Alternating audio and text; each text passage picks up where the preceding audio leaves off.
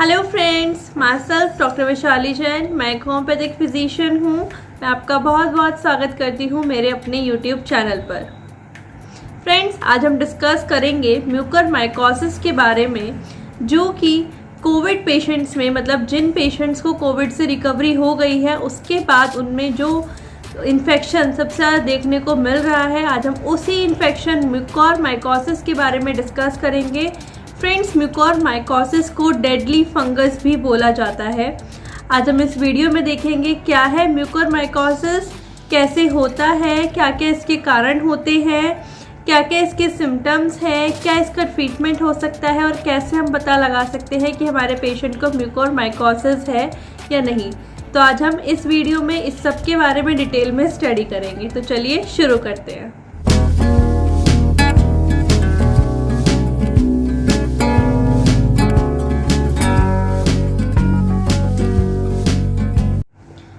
Mucormycosis एक type का fungal infection है जो कि बहुत कम देखा जाता है, लेकिन एक बहुत ही डेडली डिसीज भी हो सकता है। लेकिन फ्रेंड्स, आजकल म्यूकरमाइकोसिस का जो नंबर है वो इंक्रीज हो चुका है। आजकल पोस्ट कोविड पेशेंट्स में ये बहुत ज़्यादा देखने को मिल रहा है। फ्रेंड्स, फंगल इन्फेक्शन क्या होता है? जैसे कि अगर हम फंगस को समझें, हमारे घर में ब्रेड रखी हुई है, 4-5 दिन हो गए, मॉइस्चर उसमें आ गया, उसके बाद उसमें जो वाइट कलर के धागे से हरे हरे रंग का जो वहाँ से जो ब्रेड खराब हो जाती है, वो एक टाइप का फंगल इन्फेक्शन होता है। तो सेम कुछ इसी टाइप का फंगल इन्फेक्शन जब हमारी बॉडी में लग जाता है आफ्टर कोविड, तो उसको म्यूकरमाइकोसिस बोला जाता है। फ्रेंड्स, इसका नंबर आज इंडिया में बहुत ज़्यादा इंक्रीज हो चुका है। ये हर स्टेट में देखने को मिल रहा है और ये एक डेडली डिसीज़ भी है। अगर इसको जल्दी से नहीं पहचाना जाता कि आपका पेशेंट म्यूकरमाइकोसिस से सफ़र कर रहा है, तो ये एक डेडली डिसीज़ भी साबित हो सकती है। तो फ्रेंड्स, इसीलिए म्यूकरमाइकोसिस की जानकारी होना बहुत ज़्यादा ज़रूरी है, जिसके लिए आज मैं ये वीडियो बना रही हूँ, ताकि अगर ऐसा कुछ हो तो आपको पता लग जाए और आप फटाफट से अपने डॉक्टर से कंसल्ट करके इस डिसीज़ को वहीं पे ही रोक दे और ये आगे ना बढ़े। आइए अब देख लेते हैं कि म्यूकरमाइकोसिस किन पेशेंट्स को ज़्यादातर इफ़ेक्ट करता है। फ्रेंड्स, म्यूकरमाइकोसिस उन पेशेंट्स को ज़्यादा इफ़ेक्ट करता है जिनकी इम्यूनिटी बहुत ज़्यादा वीक होती है। जैसे कि जो पोस्ट कोविड पेशेंट्स हैं, यानी कि जो पेशेंट्स अभी कोरोना वायरस से रिकवर हुए हैं, तो ऑलरेडी उनकी बॉडी की इम्यूनिटी बहुत ज़्यादा वीक होती है। प्लस उसमें जो कोविड का ट्रीटमेंट होता है उसमें पेशेंट को स्टेरॉइड्स दिए जाते हैं, जिससे इम्यूनिटी और ज़्यादा पेशेंट की वीक हो जाती है। तो उस केस में फंगस को एक अपना एनवायरनमेंट मिल जाता है ग्रो होने के लिए। तो इसीलिए पोस्ट कोविड पेशेंट्स में म्यूकरमाइकोसिस देखा जाता है। फ्रेंड्स, जिन पेशेंट को डायबिटीज़ होता है उस केस में भी म्यूकरमाइकोसिस देखा जाता है। फ्रेंड्स, थर्ड पेशेंट आते हैं इसमें जिनको HIV यानी कि एड्स है, उनमें भी इम्यूनिटी बहुत ज़्यादा कम होती है, तो ऐसे पेशेंट में भी म्यूकरमाइकोसिस होने के चांसेस ज़्यादा हो जाते हैं। फ्रेंड्स, जो पेशेंट को कैंसर है उनमें भी म्यूकरमाइकोसिस होने के चांसेस बहुत ज़्यादा देखे गए हैं। तो फ्रेंड्स, उस कंडीशन में जिसमें आपकी बॉडी की इम्यूनिटी कम होती है, उस कंडीशन में म्यूकरमाइकोसिस बहुत जल्दी पेशेंट को पकड़ लेता है। फ्रेंड्स, इसमें अगर आपकी बॉडी का अभी कोई ऑर्गन ट्रांसप्लांट हुआ है तो उस केस में भी बॉडी की इम्यूनिटी वीक हो जाती है, या फिर कोई सर्जरी हुई है तो उस केस में बॉडी की इम्यूनिटी वीक हो जाती है, तो उस केस में म्यूकरमाइकोसिस होने के चांसेस बहुत ज़्यादा बढ़ जाते हैं। फ्रेंड्स, जो नेक्स्ट क्वेश्चन इसमें आता है, क्या ये जो म्यूकरमाइकोसिस है ये भी कोविड पेशेंट्स की तरह एक पेशेंट से दूसरे पेशेंट को या फिर एक पेशेंट से दूसरे पर्सन को फैलता है? जी नहीं, म्यूकरमाइकोसिस बिल्कुल भी एक पेशेंट से दूसरे पेशेंट को या दूसरे पर्सन को नहीं लगता है। ये आपका नॉन कम्युनिकेबल या फिर इसको बोला जाए तो नॉन कंटेजियस डिसीज़ है। तो म्यूकरमाइकोसिस आपको टच करने से या फिर कोविड पेशेंट के पास रहने से म्यूकरमाइकोसिस दूसरे पेशेंट को नहीं होगा। आइए अब देख लेते हैं कि म्यूकरमाइकोसिस कहाँ कहाँ पर देखने को मिल सकता है। फ्रेंड्स, म्यूकरमाइकोसिस आपका आइज़ को इफ़ेक्ट करता है, ब्रेन को इफ़ेक्ट करता है, लंग्स को इन्फेक्ट करता है, साइनस को इन्फेक्ट करता है और आपके थ्रोट और नोज को इन्फेक्ट करता है। फ्रेंड्स आइए अब देख लेते हैं कि कैसे पता लगता है कि आपका पेशेंट म्यूकोरमाइकोसिस से सफ़र कर रहा है, क्या इसके सिम्टम्स निकल के आते हैं।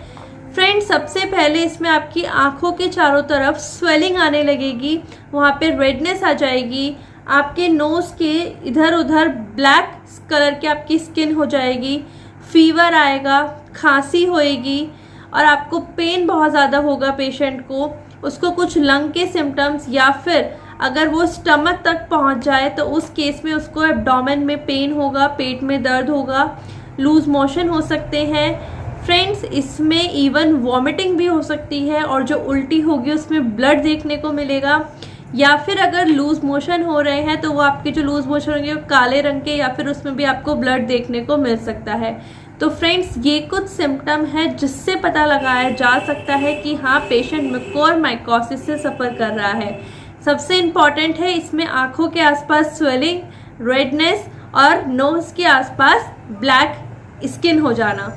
तो ये 3 चीज़ का ज़रूर ध्यान रखें कि पेशेंट के साथ कहीं ऐसा तो नहीं हो रहा है। अगर ऐसा है तो आप फटाफट अपने डॉक्टर से कंसल्ट करें। ये अब देख लेते हैं कि अगर म्यूकोरमाइकोसिस को जल्दी से पता नहीं लगाया जाता है तो उस केस में पेशेंट के साथ क्या क्या हो सकता है। फ्रेंड्स इसमें सबसे पहले होता है vision loss, permanent vision loss होता है, विजन वापस नहीं आता है। सेकंड इसमें हो सकता है ब्रेन हैमरेज या फिर ब्रेन पैरालिसिस। इसके बाद पेशेंट को देखा जाए तो उसमें न्यूमोनिया भी हो सकता है और ऐसा भी हो सकता है कि पेशेंट को दौरे पड़ रहे हैं और इसका कॉम्प्लिकेशन इतना ज़्यादा सीवियर है कि अगर इसका ध्यान ना रखा जाए तो ये आपका एक डेथ में भी कन्वर्ट हो सकता है। फ्रेंड्स इसके बहुत ही ज़्यादा नेगेटिव इम्पैक्ट होता है पेशेंट के ऊपर, क्योंकि vision loss, brain paralysis, seizures और आपका न्यूमोनिया या फिर डेथ, ये सब ही इसके कॉम्प्लिकेशंस हैं। इन सब से बचने के लिए आपको म्यूकोरमाइकोसिस के बारे में जानकारी होना बहुत ज़्यादा ज़रूरी है।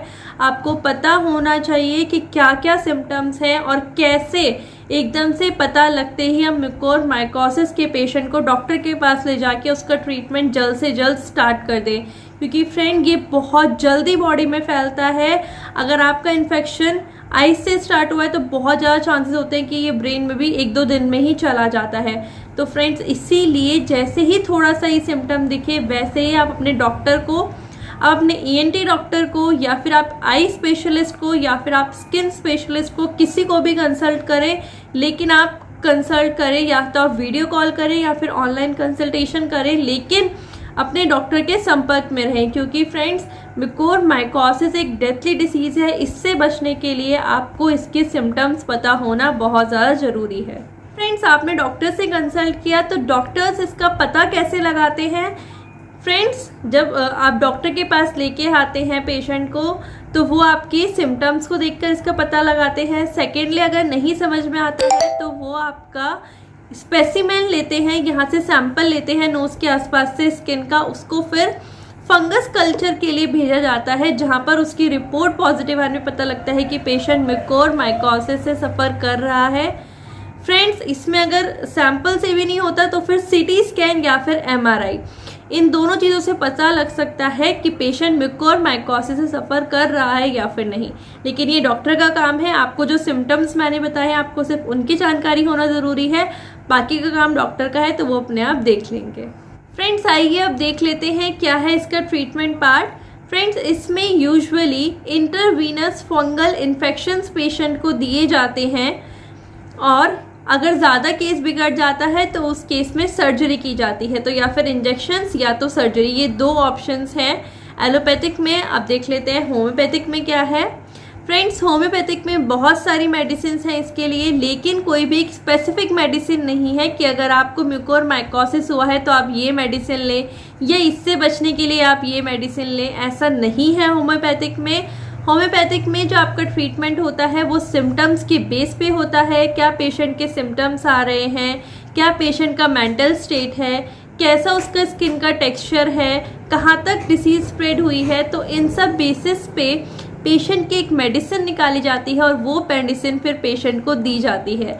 तो फ्रेंड्स, होम्योपैथिक में कोई भी स्पेसिफिक ट्रीटमेंट नहीं है। इसमें अगर आप अपने डॉक्टर को कंसल्ट करेंगे तो वो डेफिनेटली आपकी हेल्प करेंगे, लेकिन अगर आप खुद से ट्रीटमेंट लेंगे कि हाँ मुझे म्यूकोरमाइकोसिस ना हो तो मैं ये मेडिसिन ले लूँ, ऐसा नहीं है। तो फ्रेंड्स, ये था म्यूकोरमाइकोसिस के बारे में। अगर आपको मेरा वीडियो अच्छा लगा है तो इस वीडियो को लाइक ज़रूर कर देना और मेरे चैनल को सब्सक्राइब जरूर कर देना, ताकि जब भी न्यू वीडियो आए तो आपको पता लग जाए। Thank you. स्टे